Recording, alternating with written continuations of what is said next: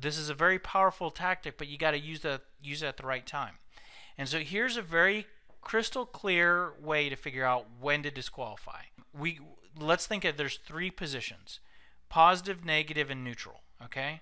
The reality is I'm giving you 3 positions, but there's really only one position that you, after this slide, that you need to remember. So, but we'll go through all 3. The positive position is that the prospect is clearly demonstrating interest, right? This looks like they're returning your calls.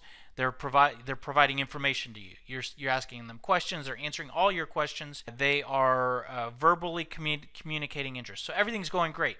You do not need to disqualify the prospect in this position.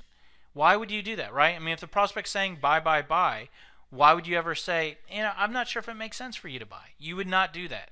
So scratch off position 1. Position 2 is negative, okay? And so this is when the prospect is not interested in what you're selling, right? And so what does this look like? This looks like they are not returning your calls. They are not providing information. You're asking questions, they're not responding, they're not answering, or they won't give you what you're looking for.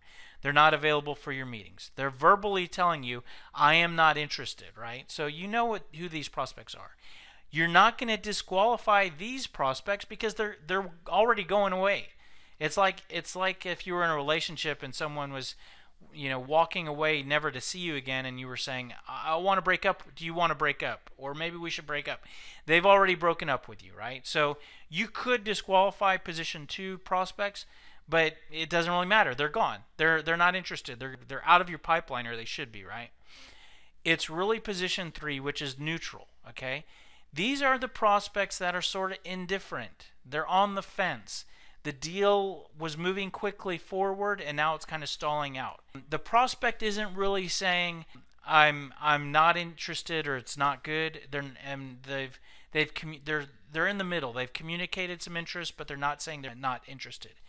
So this is where you want to disqualify. So all you really need to look for disqualification is prospects that are indifferent, that they're on the fence, and that deals are kind of stalling out.